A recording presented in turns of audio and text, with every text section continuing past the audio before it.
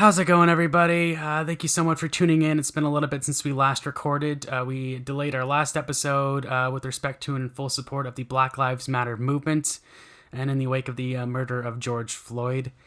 It just feels it felt strange to really talk about anything else since that happened. And every day, I read about another injustice to a person of color or a member of the LGBTQ community, for that matter. And there's just so much hatred and racism embedded in our country right now. And I think it's really important that we keep our voices loud and we fight as hard as we can to bring about reform, not only to our governments, but to anyone that has these discriminatory thoughts in their head, because they're just not right. We're going to continue to promote diversity and voices in horror and celebrate that like we always have. Whether they be Black voices or LGBTQ voices, we love that, and we're going to continue to celebrate that here on the podcast. I'm going to put tons of links to charities for the LGBTQ community, as well as the Black Lives Matter movement. If you haven't contributed, there's always a way to help. Sign a petition, donate, protest. If you can't protest, just share it with a friend. There's always a way to help. It's important that this movement continues. This needs to stop, and it's been going on for a long time, and it's unfortunate that just now a spotlight is being shined on it. All these horrible hate crimes we hear about in the news, they've been happening every day for a very long time, not just now. But now is finally a time where maybe we can actually stop this and bring about change, and the only way that's going to happen is if we continue to make our voices loud, and we're going to play our part as much as we can here at the podcast. Please help out and support if you can. Thank you for listening. I know it's kind of weird to listen to a podcast about horror movies right now, but if you just need to clear your head, take your mind off things, listen to a few guys rant about some silly horror movies, we're here for that, and we appreciate you tuning in. Let's have some fun.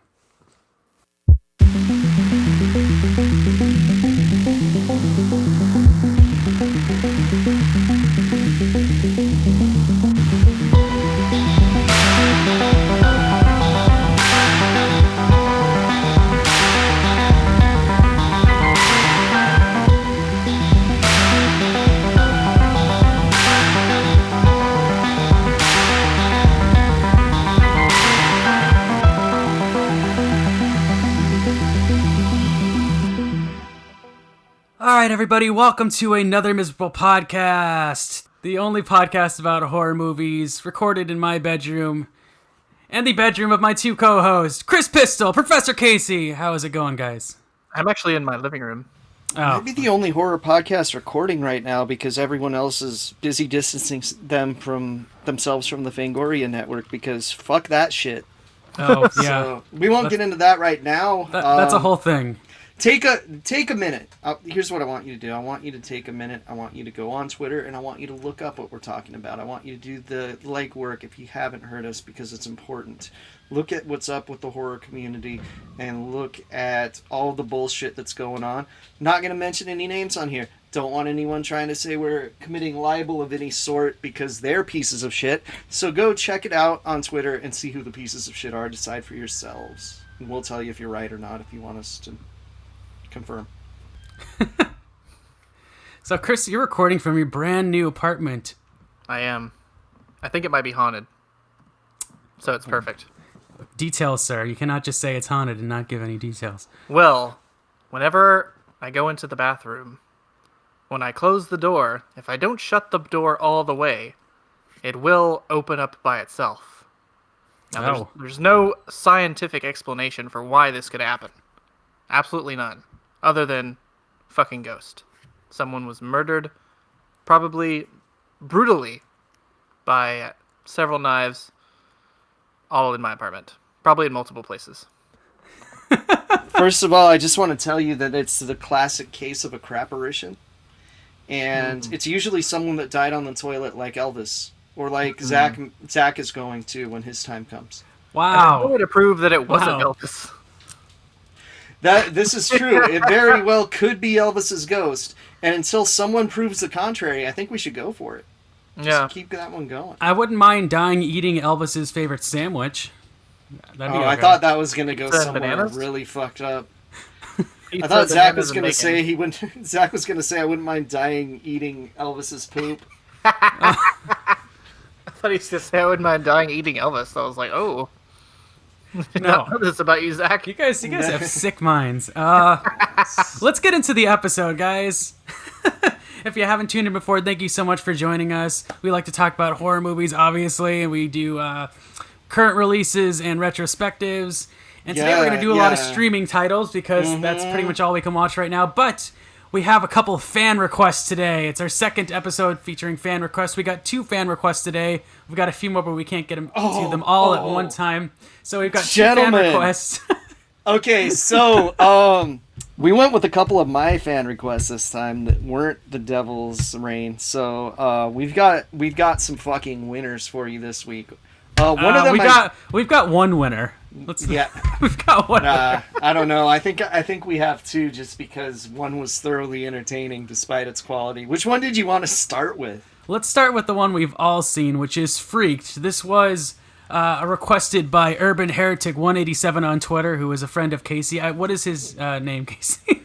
Dude, we call him Urban. I don't think he wants his shoot name dropped right now, so let's just call him Urban. I'll edit that out. Okay. No, dude, go ahead and keep it in. It's fine. Trying to protect him from creditors. We just call him Urban. He's a good friend. He's been my friend for years. Love that guy, and he is a big fan of Freaked. And I hope he has a Freaked comic book for me. He does actually, but I haven't talked to him in a bit about it, and because I don't want to have him go to the post office in a pandemic to send me something. I feel bad about that. But when he's comfortable sending it, he might already be, but I just feel bad about sending someone to the post office right now. So I also have a copy of that comic that he has in his possession right now, which is the adaptation of this movie, actually. And I bet it's freaking awesome. But have you guys ever seen it before we watched it for this episode? I had never seen it, and I had not... This is why I love movies, you guys. I had never even heard of this movie until, a few weeks ago when some people, Red Letter Media did a video on this movie, and then some other people did. Cinemassacre did. Oh, yeah. They also did a video on this. So it's, getting a little bit... I think it's getting a little bit of a resurgence now. It's the anniversary, and they're kind of doing, updated releases and stuff. I got you, yeah. But no, I'd never even heard of this movie before, and that's kind of shocking. Even if this movie wasn't readily available, I can't believe I didn't check this out or hear about this before. How about you, Zach? I had heard about it in passing, I think, from you, Casey, because of the cameo from Keanu Reeves here, the uncredited... Well, more than a cameo, the uncredited appearance of Keanu Reeves as Dog Boy. So I'd heard about it in that context, but I hadn't seen it. I don't know why it took me this long to get around to it, because this movie, oh boy... I like to think that this movie was actually made by Bill and Ted, after Bogus Journey. I mean, that's half true because it was made by Alex Winter, but yes, it does seem like something the characters Bill and Ted would make. In this movie is a third some sort of third deep fake reality, to where if they had made a behind the scenes where it was Alex Winter and Keanu Reeves in character as Bill and Ted, we made this movie Freaked, and we're gonna act in it. I'm playing a dog boy. That would have been the best thing ever. It does feel like, I told Casey this, it feels at least partially the inside of Casey's brain. It's if you blended Mad Magazine, the Garbage Pail Kids, and MTV in a blender 90s MTV. So it was written and directed by Tom Stern and Alex Winter, also co-written by Tim Burns. I got some notes from Wikipedia here. I did some research on this, guys. Can I give the most important credit that you might gloss over? Sure. Is that all of the creature designs are by the legendary Screaming Mad George. That is very true, yes. Love that guy. Wish I was meeting him at Monsterpalooza, but that got canceled. Otherwise, I would have had a signed Screaming Mad George print for me and for my buddy Urban, but now he's not at the con, so I don't have one. So, I've heard the show. So, prior to this film, Alex Winter worked on a sketch show for MTV called The Idiot Box, which is very similar in tone to this. I looked a little bit up at that show, which looked pretty hilarious. Whole thing's on YouTube, actually. Yeah, and it's really good. I was showing Casey, there was this sketch featuring the band Noire, which Casey's a big fan of, called... it's like a sketch that's supposed to be like a promotion for MTV, like a contest. And it's if you enter this contest, you can win and sacrifice your daughter to Guar. And it's and they show up this band Guar, which if you don't know Guar, they're like Casey's better to describe them than I am. They're basically just look up Guar. I can't do them justice. Rest in peace, Dave Brocky. We love you, brother. We miss you. They're like a band of they dressed up kind of like these demonic kind of gremlin goblin dudes. And they're the scumdogs of the universe. Yeah, first they of all. like go up. Zach's ruining it already. Let me do it. So Guar is the greatest band that ever lived, and they are the scumdogs of the universe. They were an alien group of kind of like mercenaries that was stuck in our ozone layer, but the hairspray from shitty 80s glam bands freed them from the ozone layer, and they came to the Earth to destroy and conquer it. There you go, Zach. Yeah, so in this sketch, they go up to this house of the contest winners, and they just steal their daughter, and then the family is invited to the concert to see their daughter sacrificed, and they're like cheering it on. It's pretty crazy. Hey, you know what? That the Earth maggot does not, or the world maggot does not go unsatiated. So anyway, I bring that up because that brief sketch is pretty similar in tone to this movie. Apparently, this movie was also the original. This was originally created as it was supposed to be a project for the band, the Butthole Surfers, which I've never heard of them before, but fantastic name. No, the Butthole Surfers are a tremendous band, and I fucking love the Butthole Surfers. Yeah, they're like a staple of punk rock, dude. Are they? Yeah. We need I don't know how I hadn't heard of them with that name, but yeah, I wasn't raised on the Butthole Surfers, guys. or the Simpsons reference to the Butthole Surfers. Look, Daddy, I'm a surfer. I was raised on the Beach Boys. You know, I didn't know there was a whole Butthole Surfer contingent that I was missing out on. But Zach grew up in I'll send you some stuff. It's just time travel. I hope their material is just like a bunch of spoof covers of Beach Boys songs. No, it's not, and I'm really surprised you've never heard the song "Pepper" by them, or know that they were the band in the Super Nintendo commercials that were kind of huge. I might have heard of their music. I'm just saying their name specifically I hadn't heard of. Okay, but we don't have time for things. We don't have time for things Zach hasn't heard of. We need to talk about Freaked. Anyway, yes, Freaked. So yeah, it was originally a project for them because Alex Winter had directed a short featuring the band called The Barbecue Movie. It's like 11 minutes. It's a spoof of Texas Chainsaw Massacre. This is all on Wikipedia. Interesting stuff. And that movie's on YouTube also. Yeah. And the original title of Freaked was Hideous Mutant Freaks with a Z.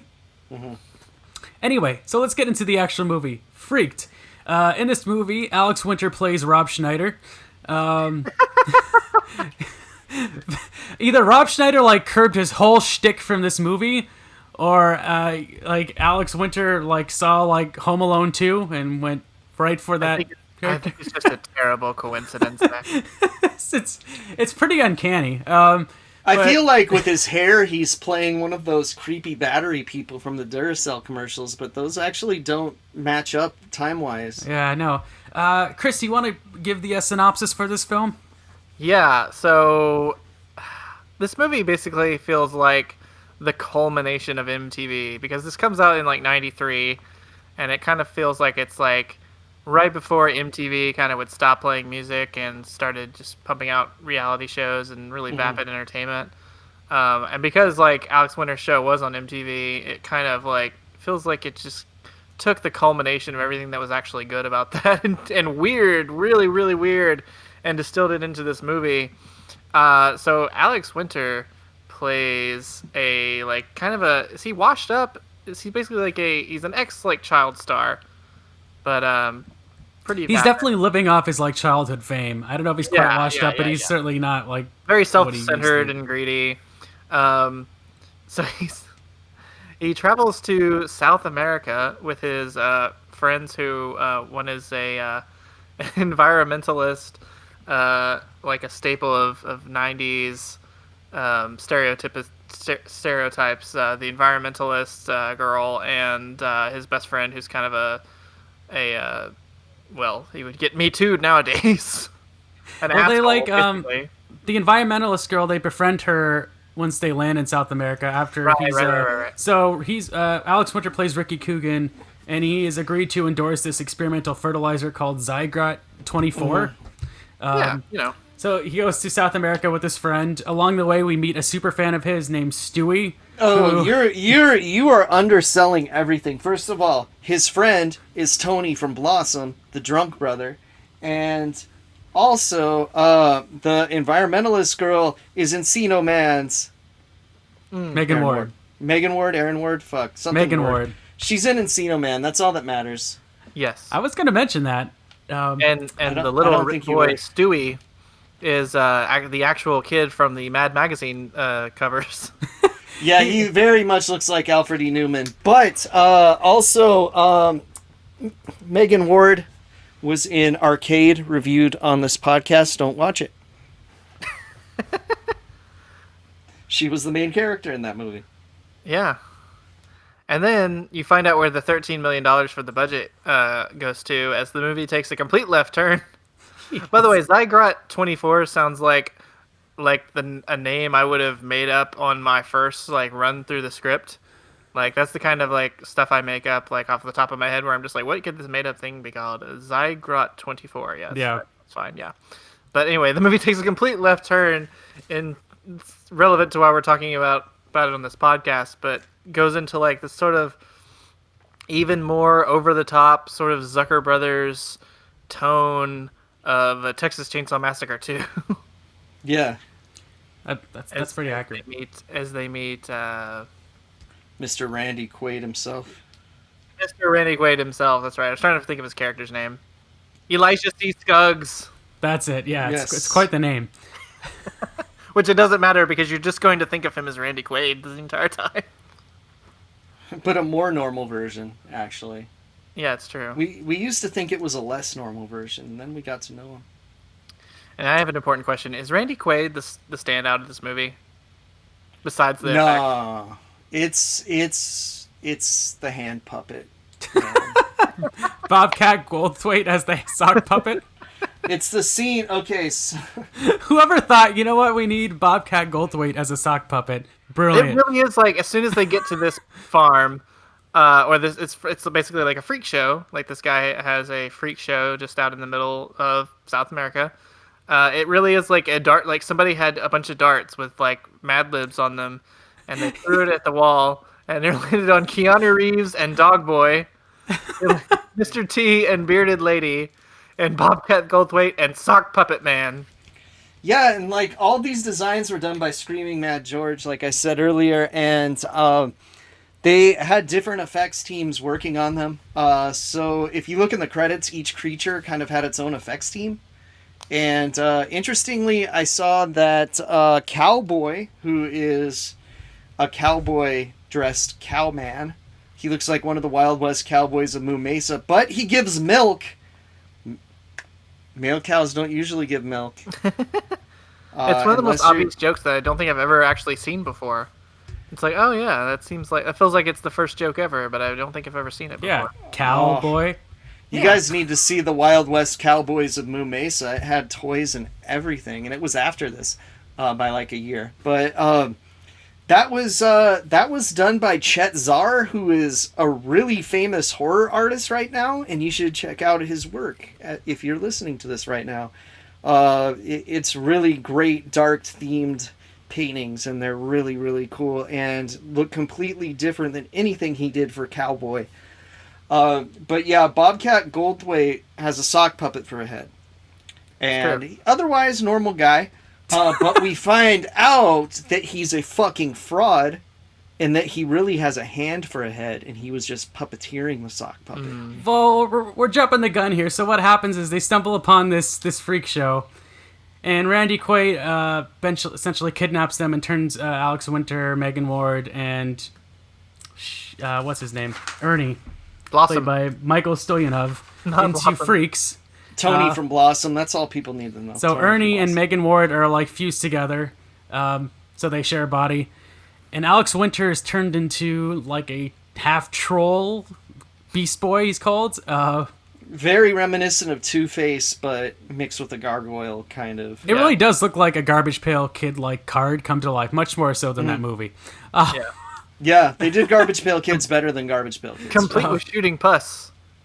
Oh, good times. Anyway, I don't know if you guys want to get into spoilers or... Look, we don't need to explain more than that. He already spoiled the movie by saying that the sock puppet man was actually a hand the whole time. I mean, that's like a side point. Let's just say the freaks try to escape and fight their oppressors, and that's where the movie is. I think we should talk more about the contents of the movie. I thought it was a fast-paced, slapsticky comedy that was actually funny, and sometimes that's rare. It is. I mean, we mentioned his superfan, Stewie, briefly, and this kid, they just, like, beat the crap out of him throughout the whole movie. So fucking funny. Yeah. It's like, I was like, talking to Casey, I was like, it's like when they went to this casting session, they were just like, what kid do we just really want to beat up for, like, a month and a half? That kid apparently was like, he was the redheaded, or the ginger lost boy from Hook. Yeah, he was in Hook, and, he wasn't that annoying in Hook, but they put, like, fake ears on him, And buck teeth. That's his character, Zach. Oh, this poor kid. He's, like, thrown out of an airplane. There's a scene where he's trying to, like, get Alex Winter's story out when he finds out he's kidnapped, and he can, like, speak telepathically to Alex Winter for some reason. Oh, because they have that connection. He loves him so much. There's a hilarious montage sequence where he keeps going to, like, newspaper after newspaper to try and get his story published, and every time they, like, reject him, they just, like, throw him through a glass door. This movie. And then when he finally gets accepted, they're like, show him out, and he's like, I know the way out, and just throws himself through the glass door. Yeah, this movie had cutaway gags before Family Guy ruined cutaway gags, and some of them are pretty tremendous. The origins of the various freaks told in flashback are tremendous. Yes, those are really great, especially the hammer. The hammer's the best one by far, and it's just such a fun movie, and I didn't stop having fun through the whole thing. And I've seen this movie a lot of times because it used to be a staple of cable. Like, it was on HBO or Showtime or something all the time. Yeah, it was one of those. It was one of those movies, like, in high school, you'd get home from school and you'd watch it over and over again. I mentioned those a lot on here, but this is definitely one of those to where, like, there was a good 6-month period of my life that I've probably seen this movie like a dozen times or more. I'm definitely baking within myself some sort of thesis about the influence that, like, television had on film culture, like, on us growing up. Because if this movie had been played on, like, Comedy Central, like, as regularly as something like, Hook, or, all the other movies that they fucking played on Comedy Central all the time growing up, then I definitely would have heard about this, and I feel like more people would know about this. And as someone who, like, reads up on, like, circus culture and sideshows a lot, because I find that stuff fascinating, they really nailed a lot of the tropes of characters that you would see in a freak show while still being, like, creative and coming up with their own. And I think that should be commended as well. I think they did a really great job with everything. Like, I can't recommend this movie enough. It's a lot of fun. I give it a solid 4 stars. The only thing I would have liked more is for it to go a little more in the R-rated territory. Because they did have some pretty funny shit that I think could have been even funnier. My favorite part of the whole movie is him telling the nose guy that he never liked him, and the nose guy just yelling, "Suck my dick!" I forgot about that, and I just about died laughing seeing that scene. I highly recommend this. There is a big Blu-ray release of it. That's the only way I'll tell you to see it. Is it out of print, though? It just came out recently. Oh, shit. Who released this shit? It is available on YouTube right now. Otherwise, it's that's what I was not saying. It's not available to stream anywhere else. YouTube, I think, is fair game. So if you want to watch it on YouTube, it's a pretty good copy. It's not. You just search "Freaked," it's there. It's not like you have to dig for it. So I think that's okay. Actually, you know what? I'm not seeing a Freaked. It is out of anyway, print. Dude. God damn it. Edit the part about me talking about the Blu-ray, Zach. So this is currently out of print, but Mondo did release a 2 LP soundtrack of the movie recently. It's a cool soundtrack. Which is over 25 years in the making. And you can buy it on vinyl with cool, like, tie-dyed looking records, too. Ooh. Yeah, so that's Freaked. I will say there is a lot of fun celeb cameos in there as well. It's kind of framed as like Alex Winter's character is on this talk show hosted by Brooke Shields, and so the whole movie is him telling a story on this talk show. So it's like all in flashback. With a great in joke at the beginning, like to reveal what he looks like. Yeah, which I won't spoil here. But that was Freaked. Thank you so much, Urban Heretic. Yeah, Urban, we love you, brother. 187. Chris, one more thing. Yes. Oh, I was just going to say, I also give this movie 4 out of 5 stars. I loved the like weird stop motion art that like is at the beginning of this. Like I love just like direct title sequences that are like music over text with lots of weird animation. It reminded me of like the beginning of Airheads and Scott Pilgrim versus the World. And I think it is relevant to like this horror podcast because like if there's one thing that like freaked me out as a kid, it was like body like transformations and stuff like that, or like the idea of somebody like kidnapping you and like performing forced surgery on you. Or we need you to see like Tetsuo the Iron Man. We really do. It's fucking disturbing to me. And my favorite joke of the whole movie is just when they're like, we have to lay low from now on, and like a styrofoam cup just like lightly falls to the ground, and it just cuts to Randy Quaid turning around going, styrofoam cup. Yeah, I definitely recommend it. I'd probably give it 3.5 stars out of 5. Boo! I'm sorry. I was sad at what's happening. If it had played on Comedy Central when you were young, you'd give it 4 out of 5. Yeah, because this movie got fucked over. It was a $13 million budget film that made $30,000 in the box office. Because they pulled it from theaters. Yeah. Unfortunately, So the guy who like took over 20th Century Fox was like, "What is the fucking shit? I don't like this shit." No, and it's like, really, if you grew up watching Pee-wee's Playhouse, you'll love this movie. It's definitely, if you like Pee-wee's Playhouse, this is right up your alley. And now it's owned by Disney, so it will be on YouTube for forever. Yeah. Again, it's not easy to find, so definitely it's on YouTube, a pretty good quality copy of it. I don't think there's any harm in watching it there because it's not easily available. So, yeah, and if you want to support the movie, buy the soundtrack. Because the songs on it are dope, actually. It has a lot of really good bands on it. And tweet at Disney. Or if you want to support Alex Winter, go see Bill and Ted 3, which is coming out very soon. Yeah, you can see a trailer that looks like fucking shit. It does not look like crap. It looks like they're holding things back to me. It looked like a fine teaser trailer. Yeah, it looks like it was a teaser trailer, Casey. Have some faith, sir. I have no faith in anyone these days. Party on, dude. Okay, thank you so much again, Urban Heretic 187. We really appreciate the request. Yeah, thanks, Urban. We love you, brother. We do not appreciate the next request. No, I'm just joking. If you want to see why I don't have faith in anything, watch this next movie. Yeah. So the next request we have today was given to us by MC Fartbay on Twitter, also known as Owen James Brenna. Thank you, sir, for this. Yeah, thanks, OJ. I think.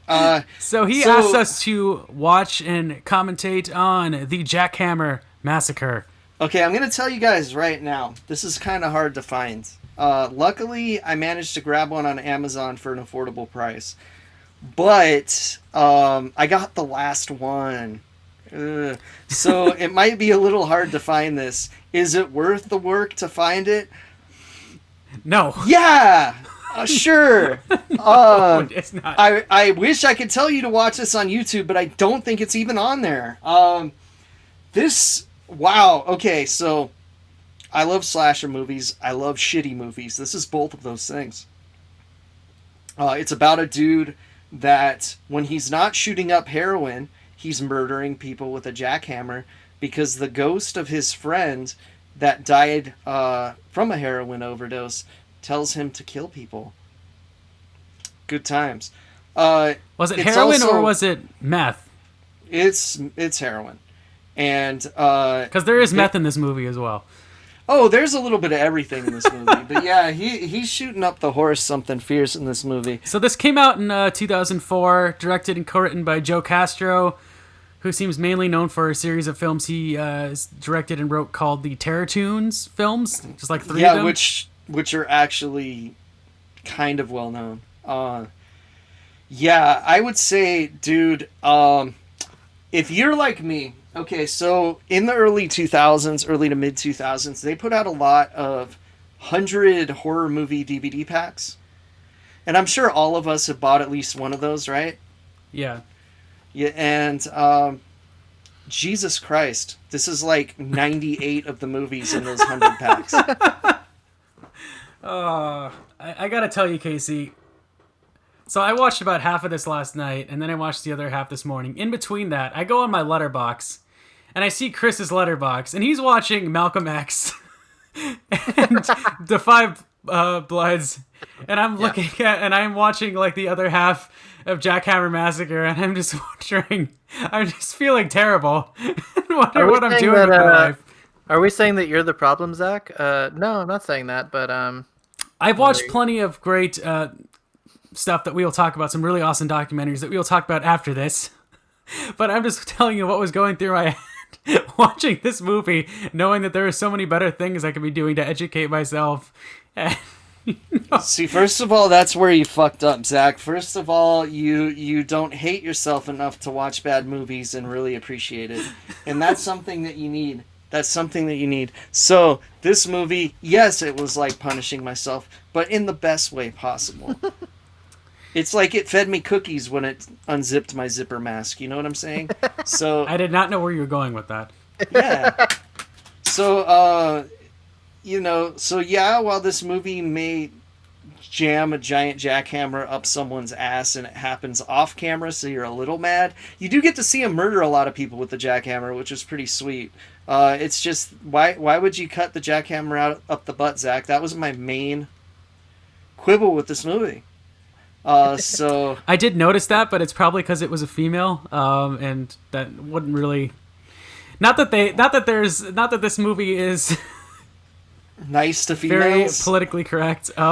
Speaking of females, there's a great scene I want everyone to look out for, because the guy's sister comes and tries to talk some sense into him, and he's already in his heroin-induced jackhammer rampage, and so he knocks her out and takes her to a room, and as he's carrying her, he smacks her head on the doorframe, and that shit was real. Like, that was the best take they had, and they used it. But he really hit the actress's head on the doorframe. Did you notice that? I totally did not see that. Okay, I want you to go back and watch that when you get the chance, because it is fucking funny. And so I watched it a good 5 times before I said anything about it on this podcast. So the protagonist, also the antagonist, the villain of this movie, is a character named Jack, played by Aaron Gaffey. Yeah, this doesn't really have a good script structure, if you haven't noticed. He has an uncanny resemblance to Eric Lloyd Christian, who played Lloyd in the Dumb and Dumberer. Yeah, he really does. He looks like exactly like that guy. So if you ever want to see Lloyd Christmas, kill people with a jackhammer, this is as close as you're going to get to that. This is as close as you're going to get to that. I did you notice the horrible prosthetic that they put on this guy's arm every time he shot up that looked like a lump of Play-Doh? Yeah, he was supposed to have an infected arm from all the shooting up that he does, but instead they basically put a ball sack on his arm with a couple very, very large testicles. And they close up on this like several times, like they're okay with how it looks. I'm pretty sure they're okay with everything. They're just like, fuck it, we got to finish this movie. This movie is very low budget. I believe part of it was filmed in Burbank, where I reside, because I recognize part of the bike path. I mean, this was like circa 2003 probably when they filmed this, so it's changed a lot. This movie's not as old as I thought it was. As you guys were describing it. Oh no! It looks older than the year it came out, and trust me. It also is set in the San Fernando Valley, which made it more interesting because it takes place near us. But I think most of the buildings they were in might have been in like Van Nuys-ish or North Hollywood. Basically, the plot of this movie is dude is a successful businessman. Dude goes to get drugs with his friends. Dude doesn't help his friend when he overdoses. Dude feels guilty and goes on drugs for like a year. Then he gets in trouble with a drug dealer and kills him. And the drugs all of a sudden give him like super strength anytime he shoots up. So he just goes on a murderous rampage. That's pretty much the plot. A drug dealer that was going to fuck him. Also, which was an interesting turn I wasn't expecting. There's also something with this movie where pretty much every, in shape guy takes his shirt off, like literally, like for no reason. Like, oh, dude, it's just a bunch of bros hanging out, nothing wrong with that. These dudes are in shape. It's just like, even like if you don't think their shirt can come off, like there'll just be a cut and the guy's shirt will be off. It was just kind of noticeable. Also, there's this the big like group of people to get murdered are this moving company that comes in, and none of them have sleeves. Yeah, so Jack takes refuge in this building, and one by one people come into, like, either they're like they own the building or they're like a part of a company or there's a drug deal they're going to do there. One by one they come in and he just like kills all of them. His friend plays pretty much the Griffin Dunn part. He's like kind of in his head and like telling him, the friend that he overdosed and died, and telling him to do all these murders. His friend that is a poorly CGI rendered ghost. That they do like a fisheye effect on his face. Like but a digital fisheye effect that looks fucking terrible. It does. They should have just not put that in there. But yeah, he is telling That's him half the movie, dude. Yeah, that's half the movie is they shouldn't have put that in there. He's telling Jack to kill all these people to avenge his death, essentially. So that's pretty much the movie. Honestly, Zach, I hope I'm your ghost when you get like a heroin addiction and become a supervillain with a jackhammer. I hope I get to be the ghost that tells you to kill people. This was supposed to be a tender moment. Well, I appreciate that, I think.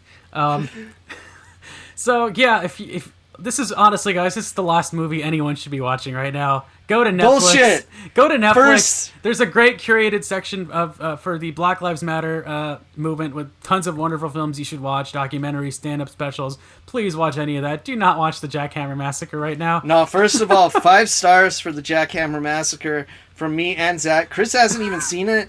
He's given it 5 stars. That's the first unanimous 5 stars on the show. I would like to give the Golden Toilet Award to Jackhammer Massacre. Woo! I didn't know we had a Golden Toilet Award, but I'll approve that because it's apt for this film. But thank you, Owen, for the recommendation. Dude, actually, yeah, like, legit, thank you, because I had never heard of this movie, and watching it was such a great experience. That I love you for it, Owen. Thank you so much, sir. Thank you, Owen, question mark. Yes, thank you, Owen James Brenna, a.k.a. you can follow him on Twitter at MCFartBay. There's a space between MC and FartBay, just for those of you that want to follow him. Yeah, if not, go on my Twitter and look at me talking to anyone about the Jack... You know what? Search Twitter for Jackhammer Massacre. I guarantee we're the only 2 people fucking talking about it. He didn't make the movie. I checked. He did not. He just subjected us to it. All right, Chris, I need a tasty intro for Don't Cross the Streams. Can you do this for me? Tasty? It was a poorly used adjective, but yeah. Yeah, he threw us all off with that tasty part. Yeah. That's like... Don't cross the streams, man.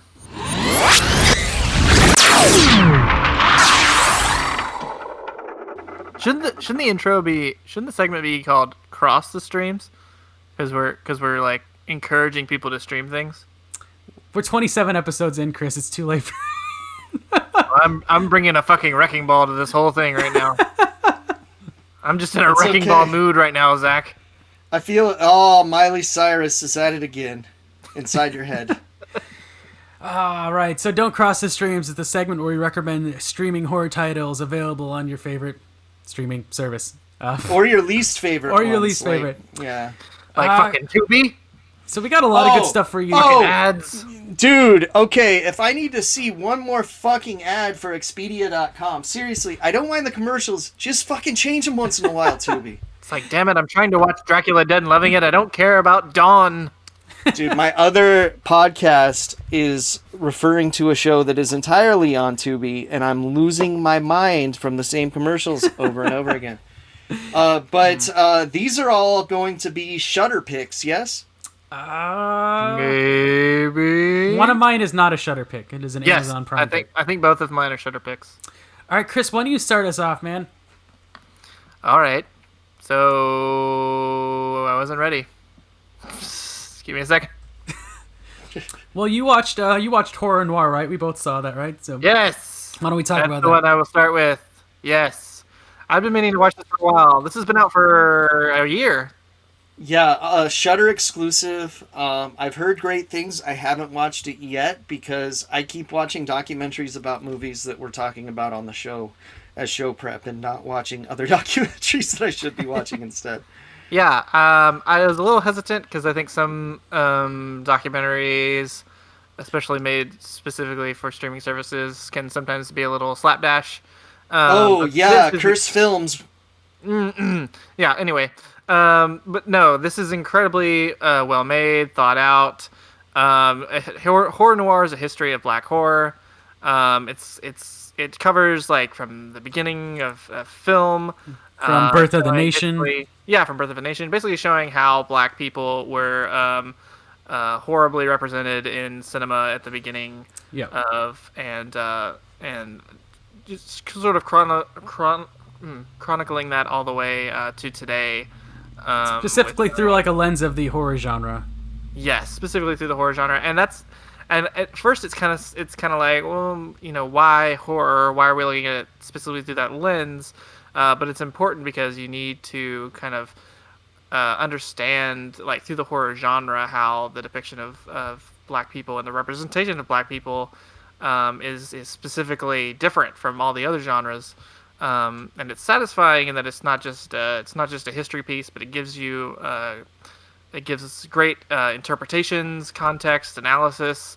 It really delves into the psychology of how people of color have been portrayed through horror movies throughout the years, and why horror is such a specific lens to view the history of black cinema through.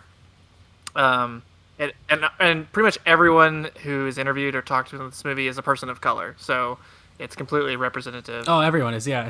It's fantastic. Yeah. It's directed by Xavier Bergen, written by Ashley Blackwell, Daniel Burrows, and it's adapted from a book by Robin R. Means Coleman called Horror Noire, History of Black Horror. It's the same title. All of them, except the director, have talking heads in this movie. It's really interesting. So, yeah, it goes from Birth of the Nation, which, started off depicting, the black man as someone that's just like lustful after women, and the KKK are like this force of good, and it's horrible. And then it gets, eventually into blaxploitation in the 70s and then 80s. It talks about that trope of the black character dying first. And it just talks about the growth of cinema and to eventually, it gets into, before that, Night of the Living Dead, and how that was kind of like the first African or American lead in a horror movie. Yeah. And, how he's kind of the hero. And it kind of talks about like, he is the hero. It talks about like, the good and the bad side of blaxploitation and representation in horror movies. Like you have Candyman, like in the 90s, which is it's great for, it has like, it's cool that there's now like a black Freddy Krueger, that you have that sort of like cool representation in horror movies, while at the same time still having problematic elements about it, like the fact that Candyman goes after people of color in that movie is kind of weird. So like it recognizes the awesome elements about those movies and also the like sort of problematic things about it. Yeah, and it really features pretty much some of the biggest names in horror. Keith David, Ken Foree, Jordan Peele, Rachel True from The Craft, Ken Sagos, Miguel A. Nunez Jr., Kelly Jo Minter. List goes on. Tony Todd. Okay, you guys have me at Ken Sagos. I will watch this immediately. Because Kincaid is my favorite Elm Street character. Isn't featured as prominently as everybody else, but he's in there. Yeah. Do they talk about Kincaid? Oh, well, yeah, of course. It's a little bit, yeah. They talk about Blackula. They talk about The People Under the Stairs, which featured, a black teenager as the lead. Which I still haven't Yeah, that seen. Movie rules. Bones, Tales from the Hood is covered. Attack the Block with John A. Boyega. Yeah, that movie's tremendous. They talk about Demon Knight, which featured Jada Pinkett Smith as the final girl, which is, I think, one of the first times a black actress was the final girl. Great movie, great soundtrack. And obviously there's a big focus on Get Out towards the end, which certainly had a tremendous impact on the horror industry. Us is not covered because Get Out is kind of like the last film that's covered in the Us wasn't out yet. That's why. Yeah. Because this is like a year old. But yeah, it's really fantastic, and I highly recommend it if you're a horror fan, and if you're even not a horror fan, this is, I think, essential viewing. Really fantastic stuff. Really interesting. It's really just a good perspective into, you don't think about just everything that black actors have had to go through, and I mean black people. And just even getting equal representation in cinema, and specifically looking at it through the horror genre, is really fascinating. And you know, there's still work to be done for sure. And so it's just it's as many strides that have been made. There's still obviously more that can go, and obviously that's what this whole movement is happening across the country about. But I really highly recommend it, and I know Chris gives it his highest recommendation as well. So It's good. Yes. Definitely watch that. It's on Shudder. Horror Noire, A History of Black Horror. Please seek it out. Awesome. And I have another Shudder documentary that all of you should be seeing. Yes, right I now. actually saw this one as well, Casey. So go for it, man. Awesome. So it is Pride Month as we're recording Yes, this and yes. releasing it. Absolutely. And what better way to celebrate Pride Month than watching a documentary about Nightmare on Elm Street 2? Yes. So this movie is called Scream Queen. That's Scream, Queen. And it is about Mark Patton's life in the film industry and all the bullshit he's had to deal with, especially in regards to Nightmare on Elm Street 2. But there's a lot of bullshit that went on in his life that he had to deal with that is really kind of like heart-wrenching. And he's gone through so much bad shit and come out on the other side, and people embrace him now, and they embrace who he is. So this documentary is like actually like a really inspiring, feel-good documentary. Yeah, and he's a kind of a really, you know, great social activist for the LGBTQ community, and yeah, Mark Patton's awesome. This documentary was fantastic as well. I really enjoyed it. And it's a companion piece to Never Sleep Again, which is really cool. Yeah, it also looks, you know, at the kind of it talks a lot about the AIDS, HIV pandemic, and he's become, you know, a spokesperson for that because he's HIV positive. And he lost a partner Yeah, to AIDS. yes, so it just and which that he goes happened. over. You know, that pandemic kind of broke out shortly after this film released. But yeah, basically covers how this film. He was, you know, in the closet actor, and people weren't really out and about around this time that this movie came out. You know, he came from a very kind of religious, kind of uptight Christian evangelical family, and he kind of escaped that, and he went to New York, and he kind of felt free, and he started landing auditions right away, and parts right away, commercials right away. He had a Broadway play with Cher, and that was made into a movie, but this was his first really lead role. And so the crux of this film is that he has an issue with the writer David Chaskin, because Chaskin made comments suggesting that that the movie wasn't written gay, but that Mark Patton made it gay with his performance, and it led to a lot of problems with him. Okay. Yeah, and you know, he got a lot of hate. You know, you see all kinds of horrible flaming troll comments that were posted about Mark Patton. You know, Yeah. and it was it's horrible. And so he went through a lot of trouble, and so he's seeking kind of an apology of sorts from David Chaskin.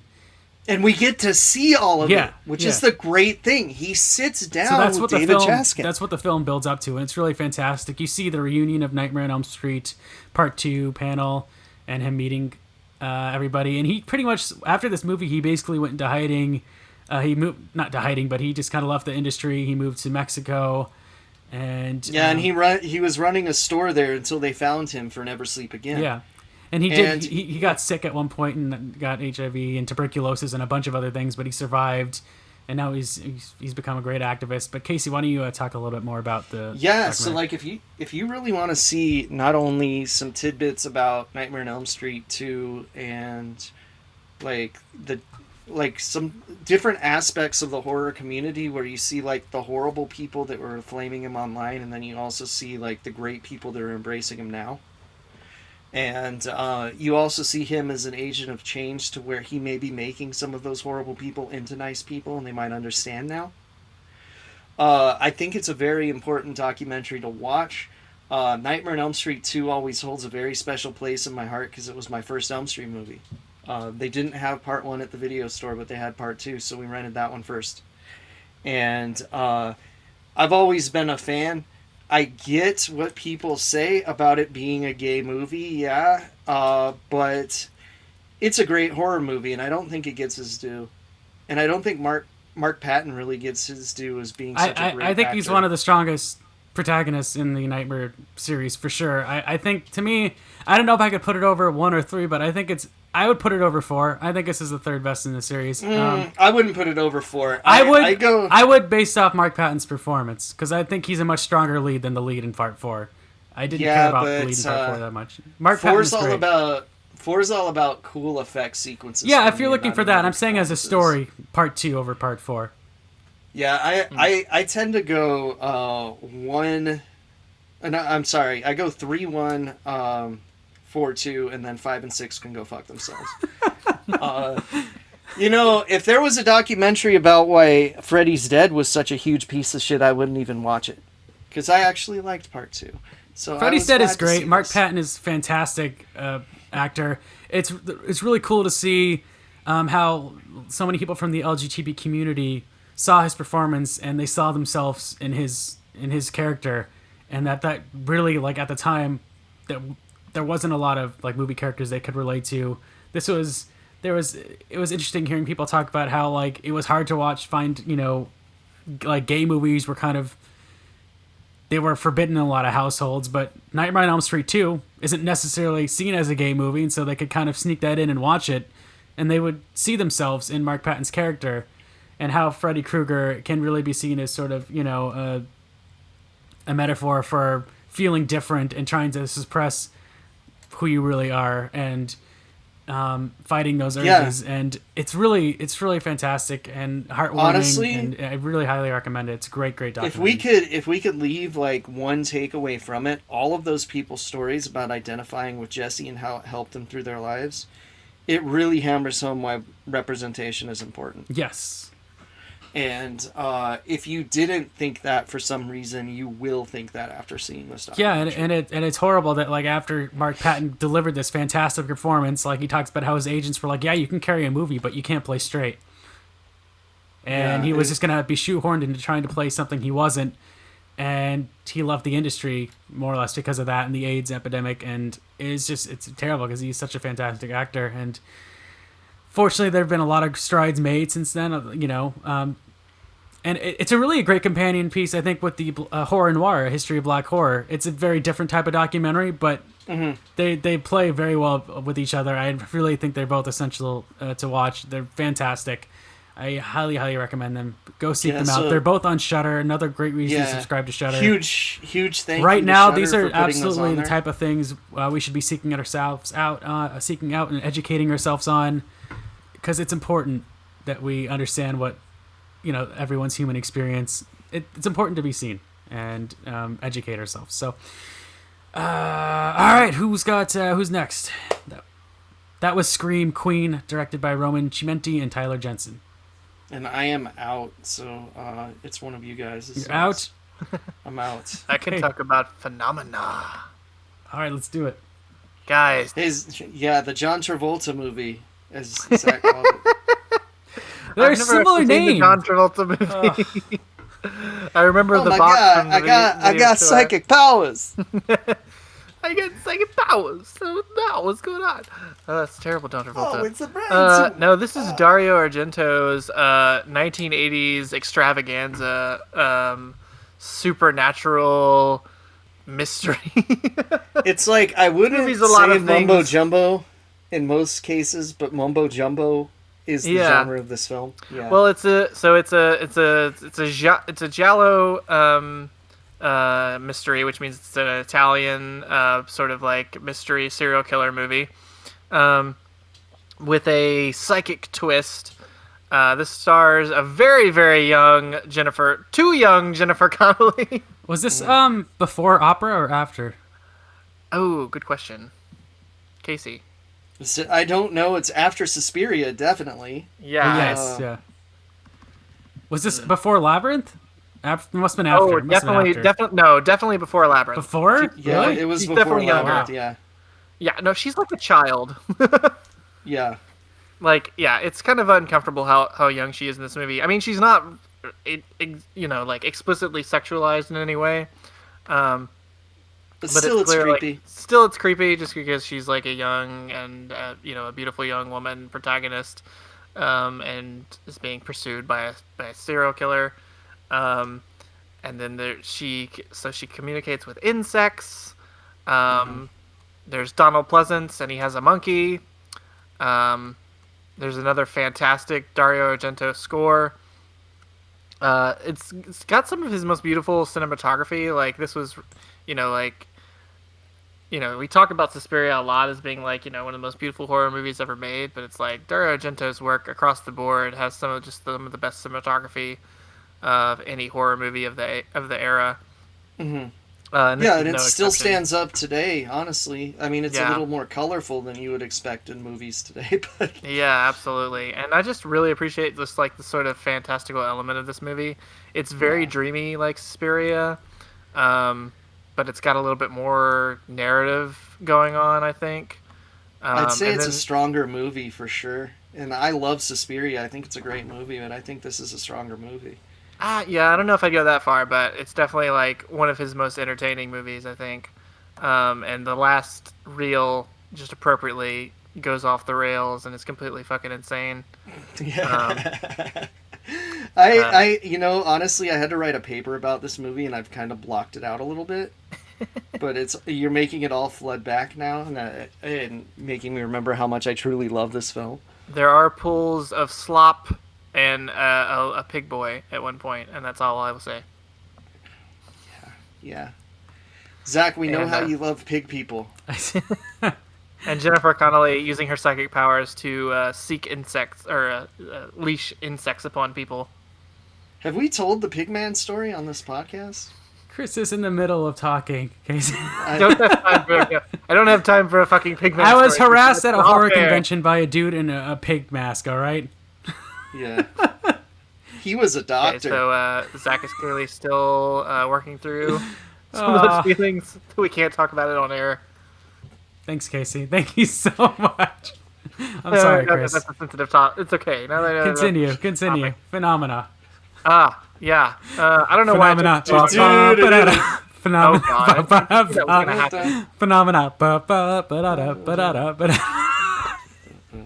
I'm so sorry, Chris. I'll let you finish. No, it's fine. No, it's all right. Phenomena. Okay. I don't know why it took me so long to watch this movie, but I'm glad I finally did. It's bumped up as maybe probably my third favorite of Dario Argento after Suspiria and Deep Red. It's fantastic. Awesome. Yeah, like I definitely say, I don't know, it's up there, because like I could easily see an argument to replace Suspiria as my favorite. Like, I think it's a stronger movie, but I think Suspiria is more entertaining because you know what, Phenomena doesn't have a seeing eye dog eating a blind dude's throat. And I watched Suspiria the other day with my girlfriend. She had never seen it, and I completely forgot that happened. It made me yell, "Oh shit!" right in the middle of the movie. Oh, it's my favorite part, and it was like a genre trope for a while with Italian horror because you get it in a Fulci movie too. I want to say from was it The Beyond that had? Oh God, there's a Fulci movie where a seeing eye dog also eats its owner. So that was a thing for a little bit, and the world's a better place for it. Zach, do you have any seeing eye dogs eating blind people movies? Not quite, but Phenomena is available on Shudder, right, Chris? Yes, and I would like to apologize in advance to any of our blind listeners. We are like television to them. Okay, so I got a couple cool horror recommendations for you. Independent horror movies, because that's what we champion here on the podcast.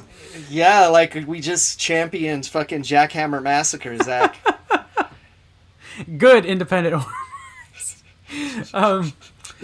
So I've got a film for you guys called Vast of the Night. This is directed by Andrew Patterson. This is his feature debut, I believe. I hate this title, so you're really going to have to sell me on this. I don't know if I can sell you on it. Chris, you will definitely dig this movie. This is right up your alley. So it stars Does it Sierra take place in a video McCormick. store? No. I'm out. Is it a slasher movie? No. I'm out. Let me pitch the film first. So it stars Sierra McCormick and Jake Horowitz. I'll read my Letterboxd review just to give you an idea. It is a fantastic blend of Howard Hawks dialogue with the wonderment of Steven Spielberg, all wrapped up in a Twilight Zone-inspired package. Terrific performances from the entire cast, particularly McCormick and Horowitz. Impressive debut by Andrew Patterson. Fun stuff. End quotation marks. Basically, this is it's very. So if you don't know Howard Hawks, he produced The Thing from Another World, which there's a lot of similarities to that. He directed like His Girl Friday. So if you know Howard Hawks, you know he's a fan of fast-talking, kind of overlapping dialogue, sort of like this show. Yeah, like this show. So the first half of this movie, or like the first like 20 minutes of the movie particularly, is kind of a callback to that. A lot of overlapping dialogue. It kind of ends after that because, he wants people to be able to hear what's going on. But it's certainly a callback to that. This takes place in the 50s. The whole movie is framed as kind of like a story on a Twilight Zone, sort of like an episode on a Twilight Zone style show called The Paradox Theater. And the episode is called Vast of the Night. So there's these two teenagers. I hate this title. I can understand that. There are two teenagers. One of them is Everett. He is a disc jockey at a local radio station. And the other is Faye, and she is a switchboard operator. And this film is beautifully shot. There's a lot of really long takes, but some also really kind of very like zoom in shots that almost look like a drone that pan over like the entire kind of town that this movie takes place in. It's really cool to see. There's not a lot of action. There's some very just long shot scenes. There's probably a 10-minute scene where Faye is working as a switchboard operator and switching between calls. And it goes on for a while. But what happens is she hears this weird sound as she's operating the switchboard that she can't understand. And so she's constantly trying to talk to other people and seeing if they hear the sound. And eventually she gets in touch with Everett, who they've been hanging out beforehand. They're friends. And asks if he hears it at the radio station. And it turns out that this sound is, they think, has a connection to UFOs. And they talk to someone that had an experience with this and recognizes the sound, who calls into the radio station. I don't want to tell everything, but it's there's certainly a lot of Spielberg influence here as well. What if I told you this was based on a true story, Zach? Sort of. I would believe you, yeah. So it's the sound part is legit, actually. Yeah. Well, there is something called the wow signal, if that's what you're talking about. There was actually this town that some people in the town can hear this weird sound, some people can't. Yeah, it's a thing. This film is about two teenagers trying to get to the bottom of what this weird sound that they're hearing is, and it's really great. It's despite the fact that not a lot happens, it's really engrossing. They go and interview a few people that are familiar with the sound and have heard it before in the town. This takes place over one night. It's really fascinating. It's really entertaining to watch. I gave it 4 out of 5 stars. It's not going to be for everybody because it is slow paced. Casey, I don't think you'll probably be into it. I was falling asleep during the review, honestly. Thank you, Casey. Chris, I really think you'll like it though, man. You will appreciate the aesthetic for sure. Slightly intrigued. I think you'll dig it. You'll appreciate what the cinematography and what Patterson does with it. There aren't like a lot of twists and turns, but it's got a great score and very atmospheric. I definitely recommend it. I really enjoyed it. It's not going to be for everybody though. So if you like fast paced, lots of gore, this is not the movie for you. It's off my list now. Zach, I have a question for you. How many people that heard the sound heard Yanni, and how many heard Laurel? I do not have the answer to that question. No, but it just shows you like our perception of sounds are different, so it could make sense in a context that some people can hear it and some people couldn't. That's 92 on Rotten Tomatoes, so hey. Let me quick correction. I was saying the title wrong. It's actually The Vast of Night, not Vast of the Night. Oh, okay, that's better. No, actually, that title sucks too. I'm sorry, Mr. Patterson. I totally typed that up wrong, but I'm glad I corrected it before we finished recording. It is The Vast of Night. I definitely thought at first you said The Fast of the Night, and I'm like, is this someone just like being really hungry all night long? No, The Vast of Night is the title, not Vast of the Night. The Vast of Night. Oh, Chris, it could be a movie about a vampire that can't find someone to suck their blood. I now suddenly understand how I could be watching a movie with my girlfriend and like through about more than halfway through she just goes, "What's this movie called?" Okay, well, I have one more film to talk about just briefly. I'm like Jurassic Park. Punchline. This movie just hit Shudder. It's called Warning: Do Not Play. I was very much intrigued by the title and wondering if I should play it or not, but I did. Reverse psychology, bitch. Here's the jokes. It's a Korean film directed by Kim Jin-won. South Korean film. Very much inspired by, clearly, like Ringu, in the same vein as that, or like One Missed Call. It's about a young filmmaker she has like a deadline to produce a horror film. And she's looking kind of for inspiration, and she hears of this student film that like is supposed to be one of the scariest movies ever made, that was aired at like this graduation ceremony and like scared like half the auditorium. And supposedly this film was made by a ghost. And so she investigates it. That's the plot of the movie. Sounds great. So like the ghost is like, okay, I have so many questions. Okay, so there's like a student filmmaker who put on the film, but he alleges that it was made by a ghost. So the whole crew is ghosts? Is the No, ghost just a the jack person of all who trades? just the person who created the movie. There is a director, but he says a ghost made it, so I don't know. This is the movie. This is the issue with the movie, despite the fact that I recommend it, is that the story's a little muddled, a little confusing, especially towards the end. I'm already confused, bro. There's some really good tension, suspense, some fun scares. It's just a little slow paced in parts, and the storyline isn't as clear as it could be. Just doesn't take place in a video store. Yeah, it's not as good as Ringu, or The Ring. I'm just picturing like a ghost sound guy going, "Ooh, hold for room tone." Well, it's interesting because they incorporate, as she discovers bits and pieces of this movie, and the film that you're seeing is like found footage. It's like done found footage style. Okay. Without really saying too much else. So it's kind of incorporates that as well, which is interesting. It's not perfect. It's not super long, but it feels longer than it is. And the ending could have been, I think, clearer. So, yeah, but that's Warning: Do Not Play, also on Shudder. I would put The Vast of Night over that. I think I gave Warning: Do Not Play about 3 stars out of 5. I liked it. It just had some pacing issues and some writing issues. But it's well acted. Anyway, it's all relative to Jackhammer Massacre, dude. That's what you gotta remember. Well, that's gonna wrap it up for today. Do you have any final thoughts, gentlemen, before I plug the social media? It's not horror, but watch Defy Bloods on Netflix. Definitely on the list for sure. I also say it's not horror, but watch Betty on HBO or any permutation you have within. Also, if you're also getting fucked by Amazon Fire TV, hit me up. I'll tell you how to sideload HBO Max onto your shit. Okay. If you want to follow us on Twitter, we're on Twitter at twitter.com/MPOSofficial. That's twitter.com/MPOSofficial. You can also follow our personal Twitter accounts. I'm at Earth2Zach. I changed it from Earth2McFly because it was too confusing, I think, because it was not the same as my Instagram URL. So if you want to follow me on Instagram or Twitter, it's Earth2Zach. Just on Instagram, I am a private profile, so just send me your friend request and I'll accept it. Yeah, I'm at Lucha Gringo on Twitter. Check me out there. Check out my other podcasts. Masks, Mats, and Mayhem on the Lucha Central Podcast Network. We are the number 35 wrestling show in Canada, so everyone 36 or lower can suck it. Don't you mean 36 or higher? No, dude, because, I need to defeat them first.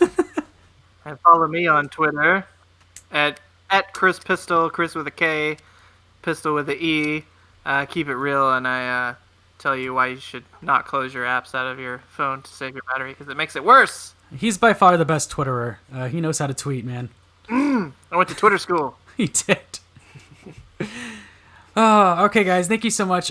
We do about 2 episodes a month. We're also just started doing commentary, so we're going to do another one of those soon. I believe the next one will be on Nightmare on Elm Street, Part 3. But we are taking requests. So we're taking requests for commentaries and movies you want us to talk about just on our regular episodes. So you can send those in to preferably movies we've seen. Yeah, if you have anything you want us to talk about or any questions, topic questions, we'll do that as well. You can do miserablepilesecretsofficial@gmail.com, or you can DM us or just reply to any of our tweets, twitter.com/MPOSofficial, or comment on our YouTube page, which is just under Another Miserable Podcast. And also, if you want to buy a copy, slightly used, of the Jackhammer Massacre, hit up Zach. I'm not going to keep it, so you're welcome to. Casey, I borrowed Casey's copy because it's so unavailable to anybody. Hey, I got the last one. I felt like a true champion until I watched it. All right, guys, thank you so much. Please stay safe. Don't forget to wear your mask. We're still in the middle of a pandemic. Take it easy, and let's keep fighting, everybody.